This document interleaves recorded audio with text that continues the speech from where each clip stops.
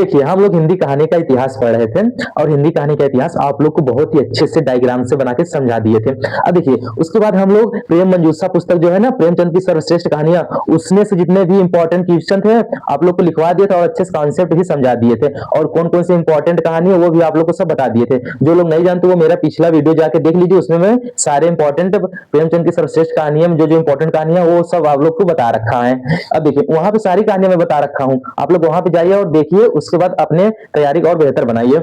अब देखिए उसके बाद हम लोगों ने जो कल पढ़ा था वो था उत्तर प्रेमचंद युग और नई कहानी। जल्दी जल्दी हम लोग रिवीजन कर लेते हैं कल क्या पढ़ा था। देखिए उत्तर प्रेमचंद युग में यहाँ से दो रास्ते हो जाते हैं, अर्थात यहाँ से मुख्य रूप से कहानी मतलब कहानी के दो भाग हो जाते हैं। कहने का मतलब यह है कि यहाँ से कहानी मुख्य रूप से दो प्रकार की हो जाती है, एक प्रगतिवादी कहानी और एक मनोविश्लेषणवादी कहानी। यहाँ से कहानी के दो रास्ते हो जाते हैं। अब देखिए प्रगतिवादी कहानी क्या है। देखिए प्रगतिवादी कहानी में आप लोग को बताया था कि प्रगतिवादी जहां भी दिखे आप लोग समझ जाइए कि मार्क्सवाद, तो आप लोग मार्क्सवाद और मनोविश्लेषणवाद ये सब आप लोग को बहुत ही अच्छे से बता रखा हूं। और अगर आप लोग मेरा पिछला वीडियो नहीं देखे तो जाके देख लीजिए, वहां पे ये सब मैं बहुत अच्छे से बता दिया हूं। फिर क्या कहते हैं मार्क्सवाद में, प्रगतिवादी में, प्रगतिवादी जहां दिखे आप लोग मार्क्सवाद समझ लीजिए, क्योंकि साहित्य में जहां भी दिखे प्रगतिवादी आप लोग मार्क्सवाद विचारधारा से समझिए। तो इसलिए जहां भी प्रगतिवादी दिखे वहां आप लोग मार्क्सवादी कहानियां, मतलब जहां भी प्रगतिवादी दिखे वहां आप लोग मार्क्सवादी कहानियां समझें। अब देखिए जो प्रगतिवादी कहानी में प्रमुख लेखक हैं इनमें यशपाल जी आ जाएंगे, और देखिए यशपाल जी हो गए, नागार्जुन जी हो गए और रांगे राघव जी। अब देखिए जो मनोविश्लेषणवादी कहानी है इसमें देखिए पहले तो जैनेन्द्र आ जाएंगे पहले लेखक, और जो दूसरे हैं देखिए जैनेन्द्र हो गए, और इस तरफ हमारे देखिए ईलाचंद जोशी हो गए, जैनेन्द्र ईलाचंद्र जोशी, और जिनका नाम निबंध जैसा आता है अर्थात अज्ञेय है। अज्ञेय का पूरा नाम क्या आप लोग कमेंट में बताइएगा। तो ये सब आप लोग को कल बहुत ही अच्छे से बता दिए थे कि प्रगतिवादी क्या है, मनोविश्लेषणवादी कहानी क्या है, और इसमें कौन कौन से लेखक आते हैं आज भी बता दिए और कल भी बहुत विस्तार से बता दिए थे। अब देखिए फिर नई कहानी आप लोग को बताए थे, नई कहानी समझाए थे। नई कहानी में मोहन राकेश, कमलेश्वर और ये मनु भंडारी जी, ये सब लेखक जो हैं ये नई कहानी में आ जाएंगे। कमलेश्वर, मोहन राकेश, ये सब नई कहानी में आ जाएंगे।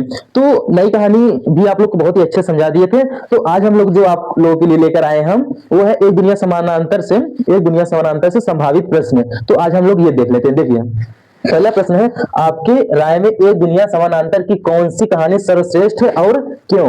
देखिए आप लोग प्रश्न पूरा नोट कर लीजिए, उसके बाद आप लोग कमेंट करके बताइएगा कि ये जो प्रश्न है ना इनका उत्तर मैं आप लोग कहेंगे तो सारा उत्तर लिखा दूंगा, नहीं तो मैं जो जो आप लोग कहेंगे वो लिखा दूंगा, और बाकी तो आप लोग अपने से खुद ही लिख लेंगे, क्योंकि मैं यहाँ जो क्लास में कॉन्सेप्ट समझाता हूँ और टेलीग्राम पे मैं जो है मेरे देखिए मेरे YouTube चैनल पे टेलीग्राम का मैं लिंक डाल दिया हूं, आप लोग वहां से जाके ज्वाइन कर लीजिए। फिर मैं टेलीग्राम पे नोट्स वहां पे डाल दूंगा, आप लोग वहां पे पीडीएफ जाके मैं पीडीएफ बना के वहां पे सारा नोट्स डाल दूंगा, फिर वहां पे आप जाके पीडीएफ डाउनलोड कर लीजिएगा, फिर वहां से अपना आप नोट्स तैयार कर लीजिएगा अच्छे से। तो जो जो प्रश्न का उत्तर आप लोग कहेंगे मैं लिखवा दूंगा, क्योंकि देखिए पहले तो अपने से लिखने का प्रयास करिएगा, आप लोग नहीं लिख पाते हैं तो आप लोग मुझे कमेंट करके बताइएगा सर ये वाला उत्तर लिखवा दीजिए, तो मैं वो उत्तर लिखवा दूंगा और टेलीग्राम पे मैं पीडीएफ बना के अपलोड कर दूंगा। तो वहां पे आप लोग जाके वहां से अपना नोट्स तैयार कर लीजिएगा। अब देखिए दूसरा जो प्रश्न है, राजेंद्र यादव ने अपने प्रमुख कहानी संकलन को एक दुनिया समानांतर क्यों कहा है, इस नामकरण का औचित्य स्पष्ट करें। ये दूसरा प्रश्न हो गया।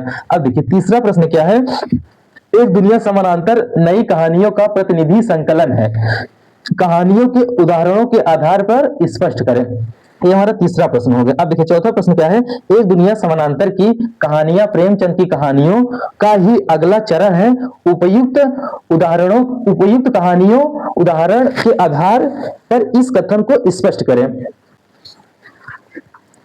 देखिए ये जो पांचवा प्रश्न है, एक दुनिया समानांतर की निम्नलिखित कहानियों पर विचार करें। अब वो कहानियां कौन कौन सी हैं, जो इंपॉर्टेंट कहानियां वो आप लोग को हम यहाँ ऊपर लिखवा दे रहे हैं। देखिए जो पहला है, पहला आप लोग लिख लीजिए, देखिए जिंदगी और जोंक।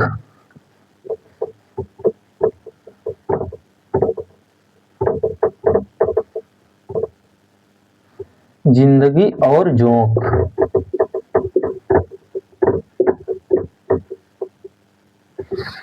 देखिए पहला लिख लीजिए जिंदगी और जोंक। अब देखिए जो दूसरा है लिख लीजिए, उसको आप लोग ये अपने ही बुक में ही टिक लगा लीजिए कि ये इंपॉर्टेंट है, बादलों के घेरे।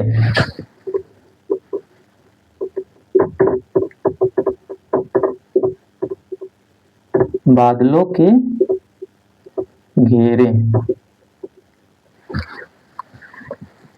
अब देखिए जो तीसरा है लिख लीजिए खोई हुई दिशाएं।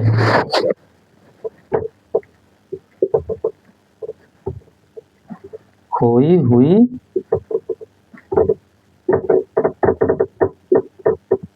दिशाएं।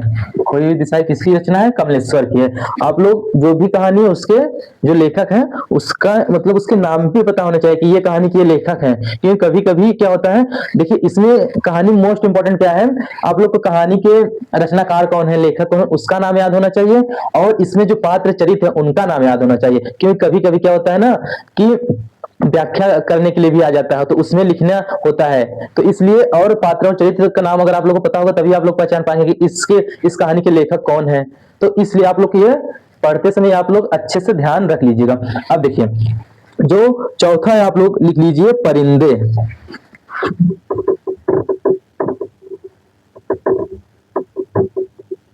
चौथा लिख लीजिए परिंदे, और जो पांचवा है लिख लीजिए चीफ की दावत। चीफ की दावत किसकी है? भीष्म साहनी की। देखिए चीफ की दावत, चीफ की दावत।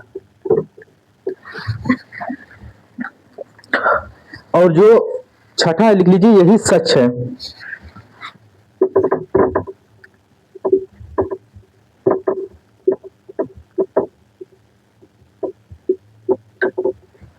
यही सच है।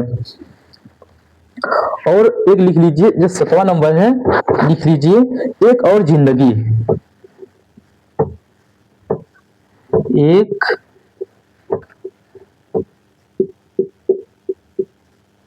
और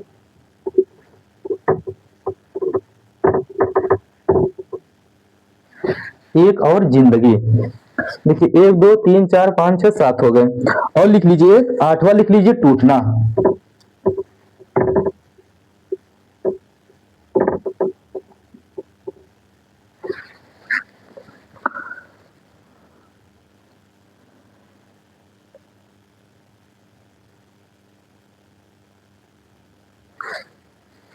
देखिए जिंदगी और जोंक हो गया, बादलों के घेरे हुए खोई हुई दिशाएं, परिंदे, चीफ की दावत, यही सच है, एक और जिंदगी, और ये आठवां हो गया टूटना। तो इसमें से सब नहीं आएगा, एक आ सकता है एक दुनिया समानांतर की निम्नलिखित कहानियों पर विचार करिए। तो इसमें से केवल मतलब एक ही पूछेगा, बट पढ़ना तो सब पड़ेगा, क्योंकि एक मतलब करने के लिए पढ़ना सब पड़ता है। तो ये जो लिखा है ये मोस्ट इंपॉर्टेंट कहानियां हैं, इसको आप लोग बहुत ही अच्छे से पढ़ लीजिएगा, और बाकी जो कहानियां बची हैं उसको भी आप लोग अच्छे से पढ़ लीजिएगा। हम कुछ कहानियों का नाम और लिखा दे रहे हैं, आप लोग लिख लीजिए, क्योंकि देखिए पढ़ना तो सब पड़ेगा, बाकी जो लिखवा रहे हैं उसको भी आप लोग मतलब कुछ कहानियां ऐसी हैं जो कि पढ़ लीजिएगा, और कहानी ऐसे है कि बस एक नजर देख लीजिएगा, क्योंकि इसमें से मतलब 3 कैटेगरी में कहानियां आ जाती है ना जो पुस्तक में कुल कहानियां हैं। देखिए मतलब एक जो मोस्ट इंपॉर्टेंट होती है, और एक जो कि मतलब पढ़ लीजिए हाँ काम चल जाएगा आ जाएगा, तो और एक ऐसा कि बस एक नजर देख लीजिए, क्या पता भूले बिसरे भूले भटके आ ही जाए। तो इस तरह से हम लोग को पढ़ना है, क्योंकि हम लोग को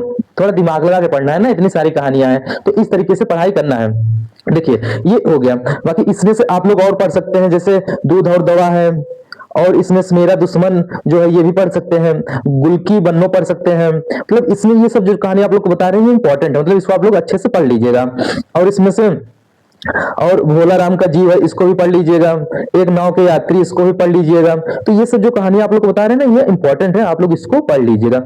अब देखिए तो ये सब जो कहानी आप लोग को बता दी है अच्छे से इसको पढ़ लीजिएगा, अभी जो बोले उसको आप लोग अच्छे से अपने किताब या जो भी आप लोग का ये एक दुनिया समानांतर ये जो बुक है ना आप लोग लिए होंगे, तो उसमें आप लोग टिक लगा लीजिए कि कौन कौन से मतलब कहानी हम लोग को पढ़ना है। अब देखिए आप लोग को ना बता दे रहे हैं कि कौन कौन से ज्यादा इंपॉर्टेंट। देखिए जो अभी बता रहे हैं आप लोग को, देखिए एक जिंदगी और जोंक, मछलियां, बादलों के घेरे, खोई हुई दिशाएं, परिंदे, चीप की दावत, यही सच है, एक और जिंदगी, टूटना, नन्नो, बदबू।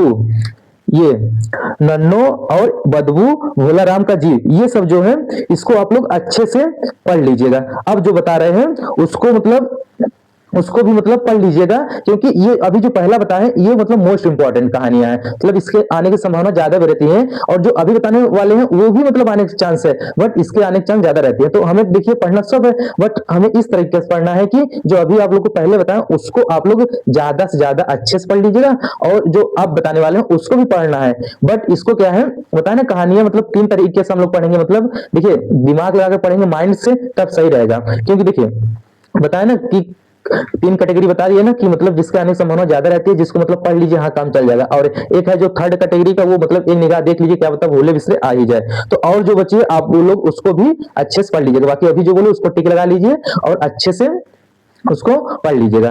और ये हो गई एक दुनिया समानांतर की बुक, जितने भी कहानियां थे आप लोग की इंपॉर्टेंट कहानियां वो बता दिए।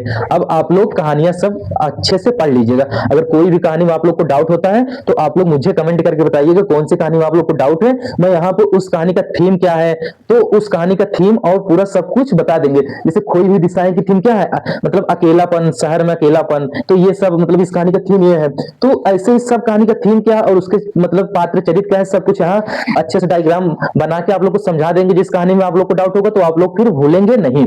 तो इसलिए सब कहानियां पढ़ लीजिएगा, जिस कहानी में आप लोग को डाउट होगा उसको आप लोग बताइएगा, मैं यहाँ पे आप लोग को अच्छे से डायग्राम बना के और अच्छे से समझा दूंगा कि इस कहानी का थीम क्या है। तो ये होगा हमारा एक दुनिया समानांतर।